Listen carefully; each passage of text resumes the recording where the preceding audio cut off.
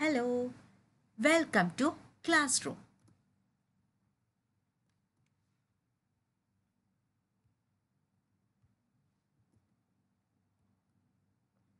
Okay, let's start our unit 2. In this unit 2, we are starting chapter 1, algorithms and flowchart. In this lesson, we are studying what is algorithm, flowchart, then some problems related to algorithms and flowchart. Then we will discuss about sequential, selective and iterative statements. Then after that, finite and infinite loops. Let's start to the introduction part. So, how to solve a complex problem in our day-to-day life? What will we do?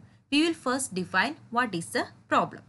Then we will design a solution to solve that problem. Just like that, in a complex software, we will cut down or short down the complex software into simple steps. This is carried out using algorithms. So, what is an algorithm? It is actually the step-by-step process of solving a problem. Then, what is a flowchart? Flowchart is a diagrammatic representation of an algorithm. Now let's move to what is an algorithm. So in the case of an algorithm, we have a defined instruction for calculating the function, just like finding the sum of two numbers.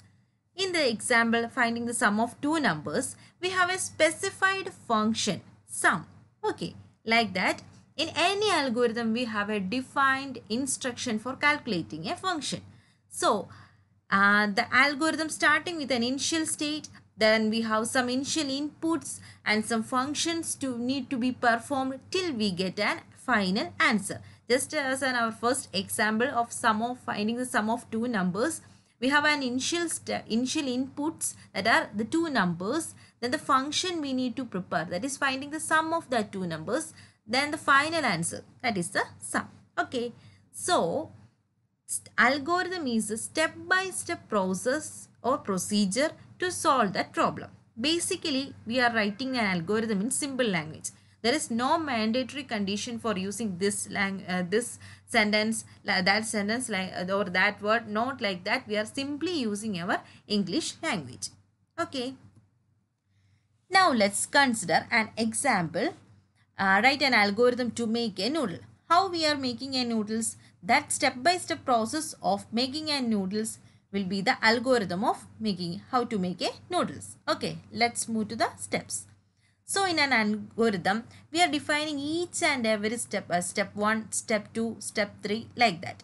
Every time our first step will be start and the last step will be the stop. Okay. So we can see what are the remaining step. In the step 2, we will take a pan with the water. Then the step 3, we will put the pan on the burner and switch on the gas. The step 4, we will put noodle and its masalas to it. Step 5, give 2 minutes to boil it. The step 6, take out the noodle. The step 7, put it in the plate and serve it. Then stop. Okay, do you understand this? Are you okay with this one? This is a simple example. We are moving to the deepest part of our textbook. The another one is, let's do an algorithm to find sum of two numbers. Here we are taking sum of two numbers. So our first step is start. Second step is enter the first number. Third step is enter the second number. Fourth step, sum is equal to first number plus second number, stop. Okay, we can modify the step as in the step 2 itself. Read two numbers and store it in A and B. Then sum is equal to A plus B, like that. You can modify it in any way. Okay. Let's try some other example. First one, write an example to find the sum of three numbers. Are you okay? Students, you can do this one. This is very simple. Read three numbers. Then sum is equal to first number plus second number plus third number. Okay. Now the next one is write an algorithm to find the difference between two numbers. Instead of sum, here the difference. How to find the difference? First number minus second number. Now write an algorithm to find the product of two numbers. How can you find the product? First number into second number, or first number star second number. Okay, this is simple. You can try this. Now we are moving to another part, that are types of statement. There are three types of statements. In any software, we have three types of software. First one is sequence statement. Second one is selective statement. And third one is iteration or looping statement. Okay. So, what is a sequence statement? This is one statement after another. This one after another. Just like an ant group of ants moving one after another. This sequence are executed one after another. Okay. The next one is selective statement. Here, some portion is being executed based on the condition. So, I am highlighting two words, some portion and condition. So, here there is a condition, and depending upon the condition, and a condition having two answers, either it will be true or it will be false. If the condition is true, the some portion of the program is being executed. If the condition is false, an alternate portion is being executed. Do you understand the concept? In the case of selective statement, there is a condition. Depending upon the condition, if the condition is true, we will execute portion 1.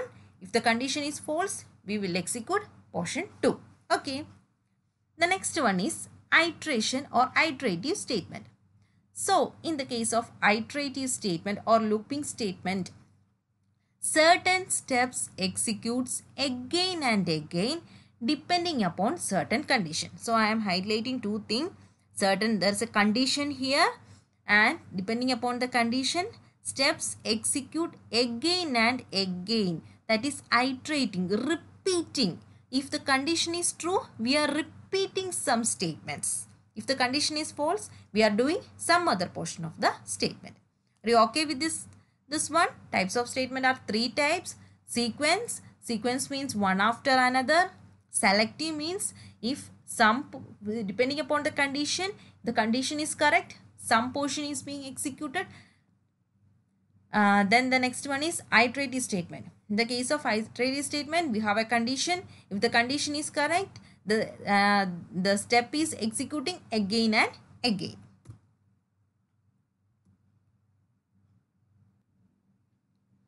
Now we are moving to sequence statement. In the case, this is a pictorial diagram of a sequence statement.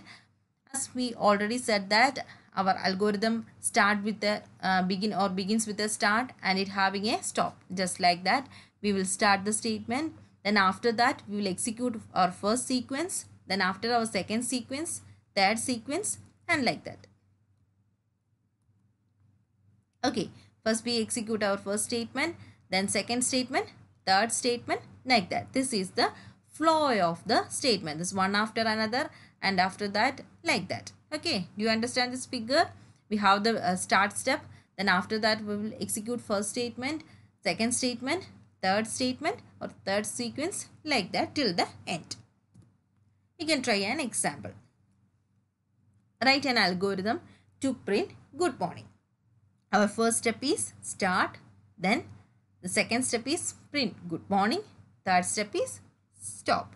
The simple one. You can try this one, algorithm to print hello world. Instead of good morning, here print hello world. Then algorithm to enter your date of birth. Here instead of good morning, you just write your date of birth. Two questions are very simple. We can try this one. Let's move to the another example. Here, the algorithm to find area of a rectangle. How to find the area of a rectangle? Area is equal to length into breadth, right? Length into breadth. So, we require two measurements, length and breadth. So, we are taking length and breadth, store them in as L and B, or you can write it as length and breadth or X and Y or A and B, like that, anything. Now, how to find the area? We are multiplying length and into breadth. So, multiply L and B. Since we are storing the length in L and breadth in B, that's why I am multiplying L and B using I am using L and B here. So, and store it in area. So, I am storing the value of length into breadth in area. And after that, at next step, I am printing the area, then the stop. Okay, you understand this one? It's very simple. Directly using length into breadth formula and reading two measurements, length and breadth, storing it in two variables or two letters L and B, then multiply it, store it in area and printing the area. Okay. There's some more examples here. Write an algorithm to find the square of area of a square. How to find the area of a square? You have to read only one measurement, that is a side. Then side into side. Multiply side into side. You got the answer. Then perimeter of a rectangle. How to find the perimeter of a rectangle? 2 into L plus B. Read L and B. Then 2 star L plus B. Okay. The next one is perimeter of a square. How to find the perimeter of a square? 4 into side. So read side and multiply with the 4. You got the perimeter. Then area of a circle. Now to find the area of a circle, we require radius. So you read radius, then multiply with the pi. Pi is 3.14. So 3.14 into R. That is pi r square. 3.14 into R. You got the area. Then for perimeter of a circle is 2 pi r. So 2 star 3.14 into r. You got the answer. If you have any doubts regarding these questions, you can mail me classroom@gmail.com. Subscribe our channel for more video. Thank you for watching it. All the best.